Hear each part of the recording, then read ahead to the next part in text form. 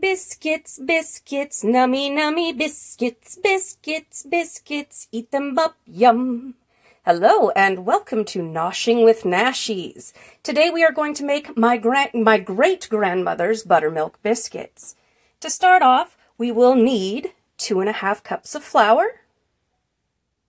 We will need 8 tablespoons of very cold butter, 1 tablespoon of sugar, 1 teaspoon of salt. We will need 2 tablespoons of baking powder and 1 cup of buttermilk. If you don't have buttermilk, you can put 1 tablespoon of either lemon juice or vinegar and mix it up and make your own buttermilk at home. And here we have a ½ cup of flour on the side for dusting later on. Now the key to biscuits is to keep everything very cold. So I am going to set up my tripod here to show you how to put them together and put all this in the fridge in the meantime. So I'll see you all in just a minute for putting this together. Alrighty folks, hopefully you can see this. I've got my bowl with the 2½ cups of flour here.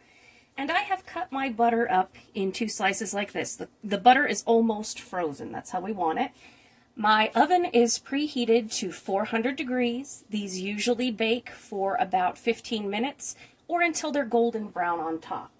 So we're going to go ahead and add our other dry ingredients, which is 2 tablespoons of baking powder, 1 tablespoon of sugar, 1 teaspoon of salt, and we are going to go ahead and mix this together. Make sure everything is well in there. This basically works like sifting.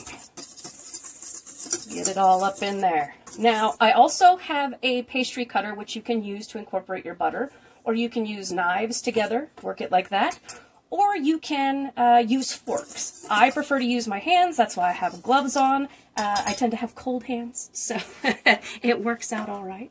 And we're just going to throw our butter in like so.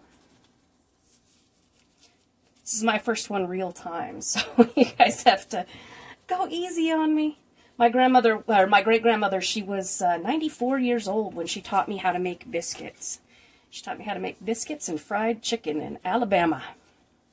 She loved to cook. Okay, we've got our butter in there.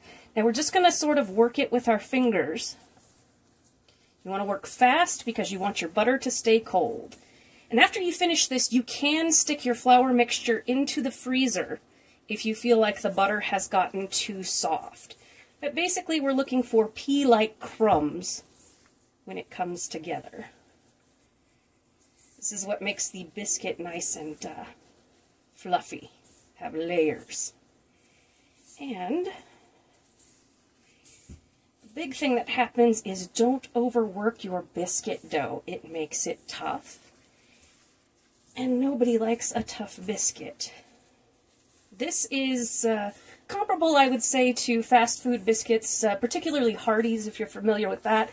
It's Carl's Jr. here on the West Coast, so they don't quite have the biscuits that Hardee's do. It's a little bit better, I would say. And remember here, my bowl is very, very cold. And you just want to get it to this texture where you can see it's kind of crumbly. It's very much like a pie crust, pie dough, which I actually use my pastry cutter for. But once we've got the fat coating all of these little granules of flour, like so, and you don't feel any huge chunks of butter anymore, it's okay to have a few. It makes it yummy. I swear it does. It makes it yummy. Alright, once we do that, and you'll notice I am wearing gloves, there's a reason. It's to keep a layer in between your hands and the butter so that it doesn't melt quite as fast. Now here we're going to pour in our cup of buttermilk. Yes, nice and chunky. Very chunky. And once we get to this point, do not overwork your wet into your dry. Work it fast, get it coated. Alright, see that it's coated? Now we're going to move here. I'm going to put put some flour down on my board. And I'm going to get my biscuit dough turned out onto this. And yes, it makes a mess. It's great. It's actually a fun recipe to make with kids because they like to get their hands in stuff. Alright, let's turn this out. And it's okay that not all the flour is incorporated. It's going to get moist as we work here. So what we are aiming for is basically a rectangle. Alright. Now we're going to fold this over about 7 times. You want to work fast.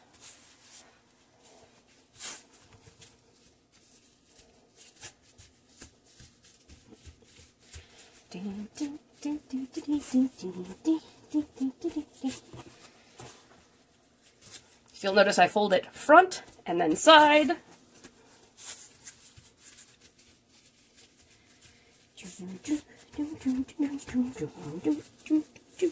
I think y'all can see this, okay. And fold.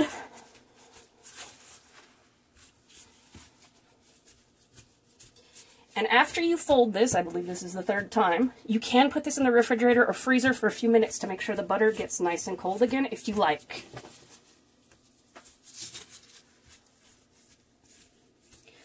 Four. 5. This is how we get those layers. All right. 6. This is where I'm going to stop because it looks good. Now I'm going to pat it out to a thickness of about 1 inch. This yields about 6 to 8 biscuits. The last couple of biscuits will not be as good as the first ones because you will have to manipulate them a little bit more.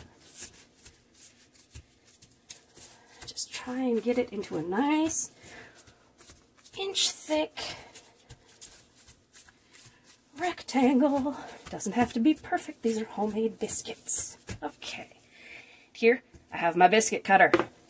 It's very important to have a good biscuit cutter or a glass. You want to flour it, make sure it is completely dry. All right. So when you press down the biscuit cutter, do not twist. Straight down, straight up. Straight down, straight up.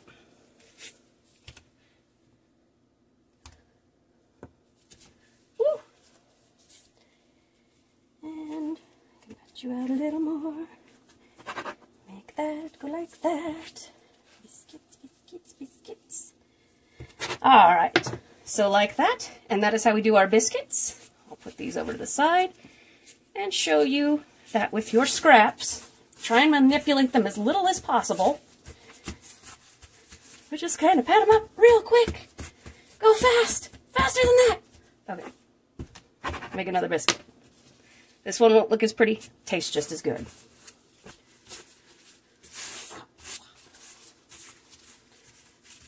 And pat it out, pat it out.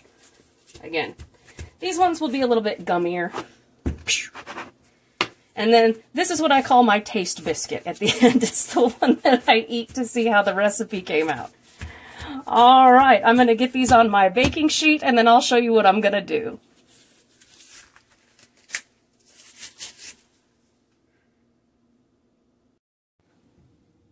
Alright, as you can see, I have my biscuits set out on my pan here. I've got nonstick tin foil or aluminum foil on the bottom.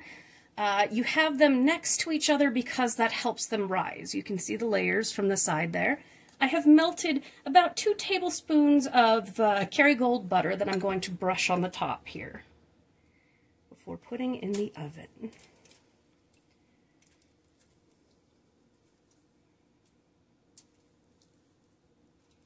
Gives it that nice golden brown.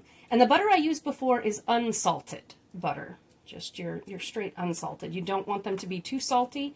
I prefer them a little bit on the sweet side, but you can play with how much salt and how much sugar. You can put cheddar in them. You can make them pepper biscuits. This is just your go-to all around.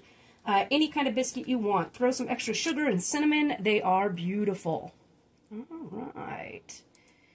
Now that we've got these coated, I am going to stick them in the oven at 400 degrees for about 15 minutes. I will see y'all then. All right, there we go. Beautiful biscuits. I did end up baking these for 20 minutes instead of 15 because I used a very big biscuit cutter. So that's fine. Just watch for the golden brown on top. All right, folks, if you like what you see here, please like the video and subscribe, and I'll see you in the next Noshin' with Nashies.